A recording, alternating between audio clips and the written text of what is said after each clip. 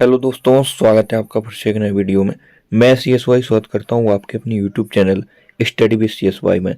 जैसा कि हम जो अभी वीडियो हमारे चल रहे हैं वो SSC GD से रिलेटेड चल रहे हैं। उसमें हम सॉल्व कर रहे हैं प्रीवियस ईयर पेपर 2023 में जितनी भी जीके पूछी गई है उसको हम सॉल्व कर रहे हैं। तो आप अभी तक अपने यूट्यूब चैनल को यदि सब्सक्राइब नहीं किया है तो सबसे पहले आप अपने यूट्यूब चैनल को सब्सक्राइब करें, क्योंकि यहाँ पर आपको रिसेंटली वो कंटेंट प्रोवाइड किया जा रहा है जिसकी आपको आवश्यकता है।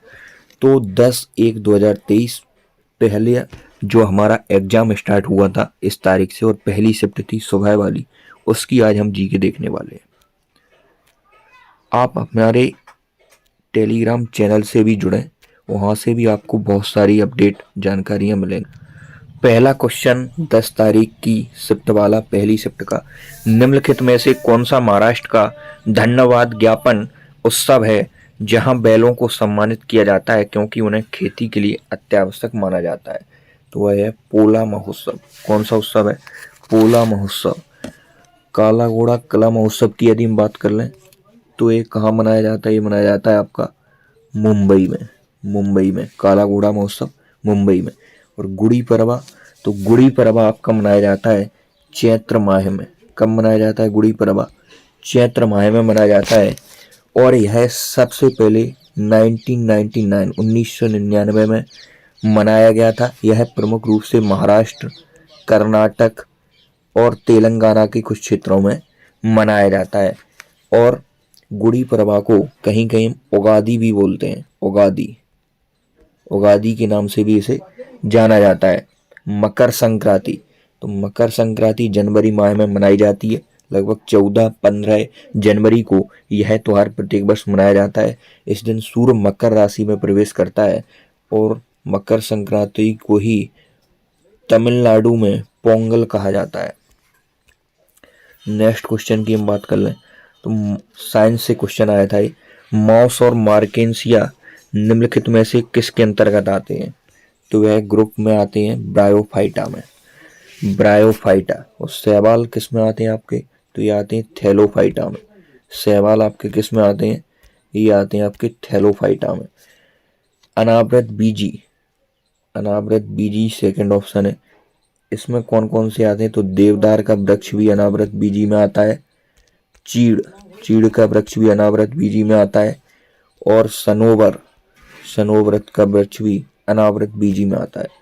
नेक्स्ट तीसरे क्वेश्चन की यदि हम बात कर लें तो ये शास्त्रीय नृत्य से संबंधित क्वेश्चन है। हमने 2 शिफ्ट भी और प्रीवियस वीडियो में डिस्कस किए हैं। यदि आपने वह वीडियो नहीं देखे हैं तो उन्हें देखें, तो आपको पता चलेगा इस शास्त्रीय नृत्य से 2-3 क्वेश्चन हर शिफ्ट में SSC ने पूछे हुए हैं।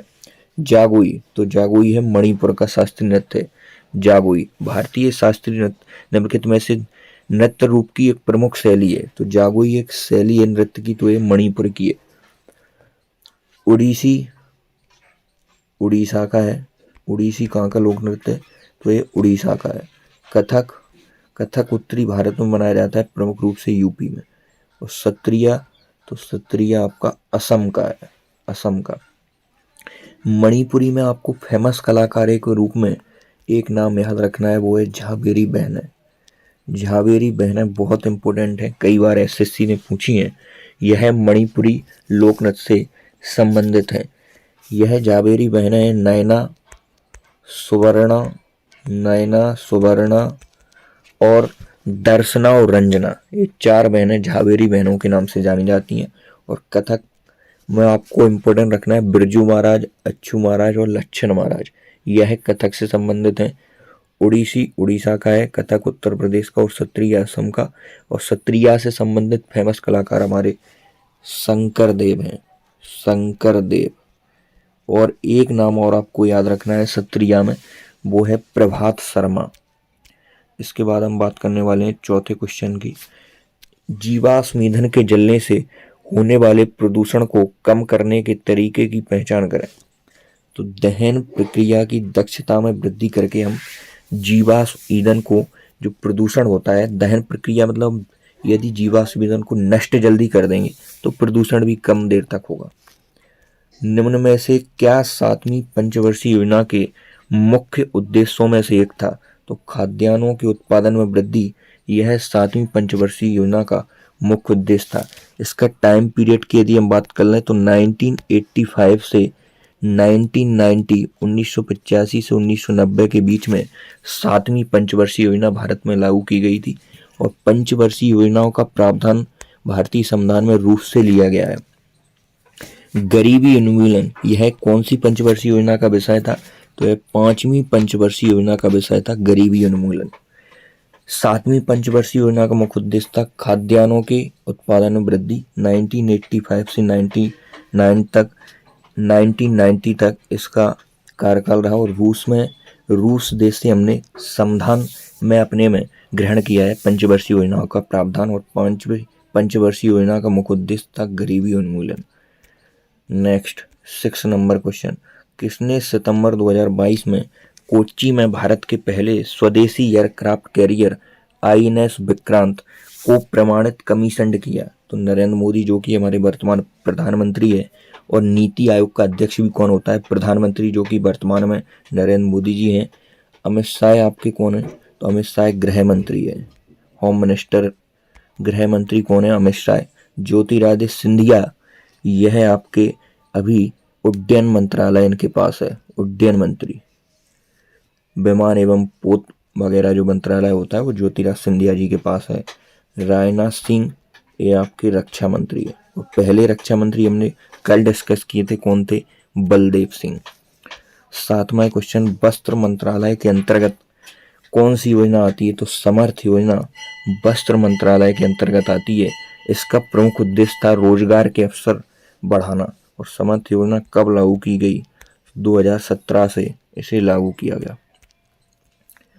निम्नलिखित में से किस मौर्य राजा के शासनकाल में कलिंग युद्ध लड़ा गया? कलिंग युद्ध अशोक के शासनकाल में लड़ा गया। अशोक पहले बहुत कट्टर हो गया था, लेकिन जब कलिंग युद्ध का उसमें घोर नरसंहार देखा, इस युद्ध के बाद ही अशोक का हृदय परिवर्तन भी हुआ था। चंद्रगुप्त, यह मौर्य वंश का संस्थापक था। मौर्य वंश का संस्थापक कौन था? चंद्रगुप्त। इसके गुरु का नाम चाणक्य था। यह इसके बाद में प्रधानमंत्री भी बनते हैं। और बिंदुसार का दूसरा नाम अमित्रघात है। अमित्रघात बिंदुसार का दूसरा नाम है। और बिंदुसार के पिता का नाम चंद्रगुप्त था, मतलब चंद्रगुप्त का पुत्र ही बिंदुसार था। और चंद्रगुप्त के समय में कौन सा यात्री भारत आता है? तो चंद्रगुप्त के समय में मेगास्थनीज भारत आता है। मेगास्थनीज चंद्रगुप्त के समय में भारत आता है। नेक्स्ट क्वेश्चन की हम बात कर लेते हैं। भारत के राष्ट्रपति का चुनाव किसके द्वारा किया जाता है? संसद के दोनों सदनों के निर्वाचित सदस्यों और राज्य विधानसभाओं के सदस्यों द्वारा राष्ट्रपति का चुनाव किया जाता है। राष्ट्रपति बनने की न्यूनतम आयु 35 वर्ष होती है। राष्ट्रपति आर्टिकल 52 में कहा गया है कि भारत का एक राष्ट्रपति होगा। आर्टिकल 53 में कहा गया है कि संघ की जो कार्यपालिका संबंधी शक्तियां हैं वो सब किस में निहित होंगी? वो राष्ट्रपति में निहित होंगी। और एकमात्र राष्ट्रपति ऐसा पद है जो भारत का प्रथम नागरिक माना जाता है। और राष्ट्रपति के पास क्षमादान करने की शक्ति भी होती है। तपन कुमार पटनायक ने किस नृत्य शैली में संगीत नाटक अकादमी पुरस्कार जीता है? तो छऊ नृत्य शैली में इन्होंने संगीत नाटक पुरस्कार जीता है। और छऊ कहाँ का लोक नृत्य है? तो ये पश्चिम बंगाल का नृत्य है। पश्चिम बंगाल का लोक नृत्य है छऊ। सत्रिया हमने ऊपर पढ़ा है, असम का शंकर देव इसके फेमस कलाकार हैं। उड़ीसा का है। कुचिपुड़ी आंध्र प्रदेश का है। कुचिपुड़ी आंध्र प्रदेश। उड़ीसी उड़ीसा। सत्रिया असम। शंकर देव इसके फेमस कलाकार। छऊ पश्चिम बंगाल का है। इसके बाद हम बात करने वाले हैं 11 नंबर क्वेश्चन की। महात्मा गांधी नई श्रृंखला के 2000 रुपए के नोट के पृष्ठभाग पर किसका चित्र है? तो मंगलयान है। पृष्ठभाग मतलब पीछे की ओर। मंगलयान है 2000 रुपए के नोट पर। लाल किला की यदि हम बात कर लें तो लाल किला है आपका 500 रुपए के नोट पर। सूर्य मंदिर कोणार्क में स्थित है। यह कितने रुपए के नोट पर है? तो सूर्य मंदिर कोणार्क में उड़ीसा में स्थित है, पुरी जिले में। यह 10 रुपए के नोट पर स्थित है। रानी की वाव तो रानी की वाव है 100 रुपए के नोट पर स्थित है। रानी की वाव 100 रुपए के नोट पर स्थित है।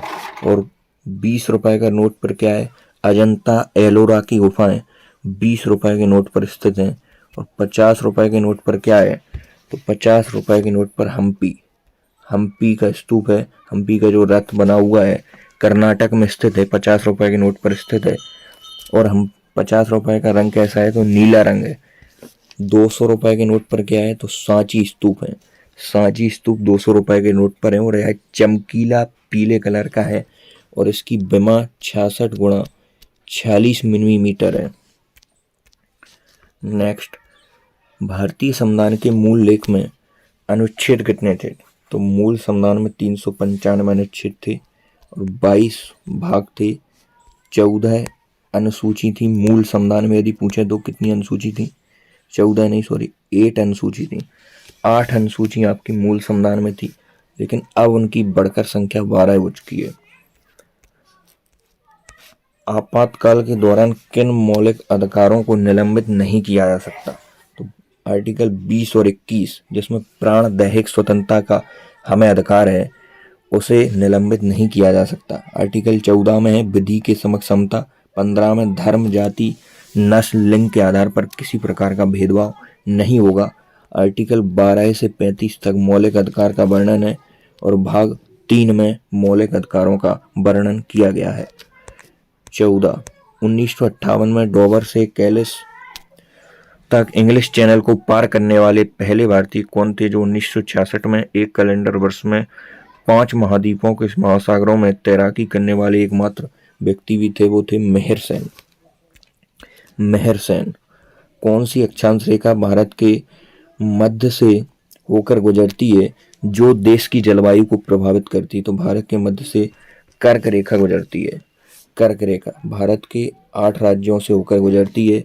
राजस्थान, गुजरात, मध्य प्रदेश, राजस्थान, गुजरात, मध्य प्रदेश, छत्तीसगढ़, छत्तीसगढ़ के बाद आपका त्रिपुरा, मिजोरम, त्रिपुरा, मिजोरम, झारखंड, झारखंड, पश्चिम बंगाल, पश्चिम बंगाल से भी आपकी कर्क रेखा गुजरती है।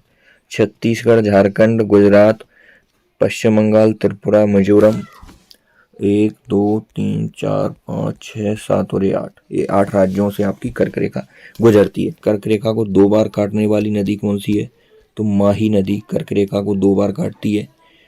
और मकर रेखा को 2 बार काटने वाली नदी है लिम्पोपो नदी, लिम्पोपो नदी। इसके बाद हम बात करने वाले हैं ऐसी राजस्व प्राप्तियां जिनका सरकार पर दावा नहीं होता है, क्या कहलाती हैं, तो गैर प्रतिदेय कहलाती हैं। 2017-18 में विजय हजारे ट्रॉफी किस राज्य ने जीती थी, तो ये जीती थी 2017-18 में कर्नाटक ने। कर्नाटक ने। विजय हजारे ट्रॉफी किससे संबंधित है, तो ये संबंधित है आपकी क्रिकेट से। क्रिकेट से संबंधित और ट्रॉफियां क्या है, तो रणजी ट्रॉफी आपकी क्रिकेट से संबंधित है। रणजी ट्रॉफी, ईरानी ट्रॉफी, दिलीप ट्रॉफी, ये सब क्रिकेट से संबंधित हैं। विश्व कप क्रिकेट से संबंधित है। एशिया कप क्रिकेट से संबंधित है। और अभी वर्तमान में यदि पूछें 2020-21 की किसने जीती है विजय हजारे ट्रॉफी, तो ये जीती है मुंबई ने, और मुंबई ने इसे 4थी बार जीता है। 80 नंबर क्वेश्चन, अगस्त 2022 में उत्तराखंड सरकार के राज्य एम्बेसडर के रूप में किसे नियुक्त किया गया है, तो वो किया गया था 2022 में ऋषभ पंत को। और उत्तराखंड के मुख्यमंत्री कौन है, तो पुष्कर सिंह धामी उत्तराखंड के वर्तमान मुख्यमंत्री हैं और यहाँ की राजधानी देहरादून है। ग्रीष्मकालीन राजधानी गैरसैंण है। इसके बाद हम बात करने वाले हैं 90 नंबर क्वेश्चन की, भारत में अरेबिका कॉफ़ी कौन से राज्य में उगाई जाती है, तो ये उगाई जाती है कर्नाटक में। कहाँ उगाई जाती है, कर्नाटक में। इसके बाद हम बात करने वाले हैं 20 नंबर क्वेश्चन की, लास्ट क्वेश्चन है जो कि आज हमारा, भारत में पहली संपूर्ण जनगणना कब की थी, तो पहली संपूर्ण जनगणना 10 की आधार पर 1881 में लॉर्ड रिपन के कार्यकाल में हुई थी और पहली जनगणना पूछे तो भारत में 1872 में हुई थी, लॉर्ड मेयो के कार्यकाल में। लॉर्ड मेयो के कार्यकाल में 1872 में, और पहली 10 की आधार पर जनगणना लॉर्ड रिपन के कार्यकाल में 1881 में। और पहली जनगणना किस देश ने शुरू की, तो वो की थी स्वीडन ने। स्वीडन में पहली जनगणना शुरू की गई थी। और जनगणना करवाता कौन सा मंत्रालय है, तो गृह मंत्रालय जनगणना करवाता है। 1881 से पूरी जनगणना 10 के आधार पर, और 1872 में लॉर्ड मेयो के कार्यकाल में पहली जनगणना। और स्वीडन एक ऐसा देश है जिसने जनगणना शुरू की थी सबसे पहले, और गृह मंत्रालय के अधीन आती है जनगणना। तो आज की वीडियो में इतना ही, मिलते हैं नेक्स्ट वीडियो में, तब तक के लिए जय हिंद। कैसा लगा वीडियो कमेंट में जरूर बताएं। आप इस चैनल से जुड़े रहें जब तक आपका एग्जाम नहीं होता है, आपको यहाँ से किसी न किसी तरह की मदद मिलती रहेगी। चैनल को सब्सक्राइब करना ना भूलें। जय हिंद।